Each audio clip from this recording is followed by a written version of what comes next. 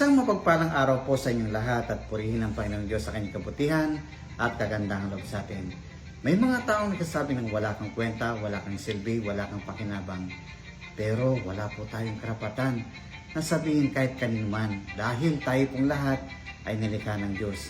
Ayon po sa mga awit, Kabanatang 8, talatang 4 hanggang 6, ano ba ang tao upang iyong pahalagaan o ang anak ng tao upang iyong pangalagaan? Nilikha mo siyang mababa sa iyo ng kaunti. Pinustos mo siya ng dangal at ng luwalhati.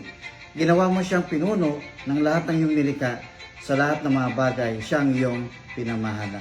Alalahanin po natin, man was created with dignity. We must remember that we are all human beings equal in the sight of God. The glory of God reflected in man.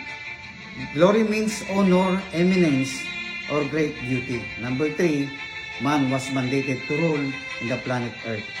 We are called as a good steward with responsibilities and liabilities. Kaya dapat po, I must treat people with love, justice, and mercy. I must treat them with equal rights. I must do my duties and responsibilities. And I'm doing it for the glory of God. Lord, tulungan mo po ako na itrato ko po ang aking kapwa ng may pag-ibig ng 9% kalooban. Sa pangalan ni Jesus, Amen.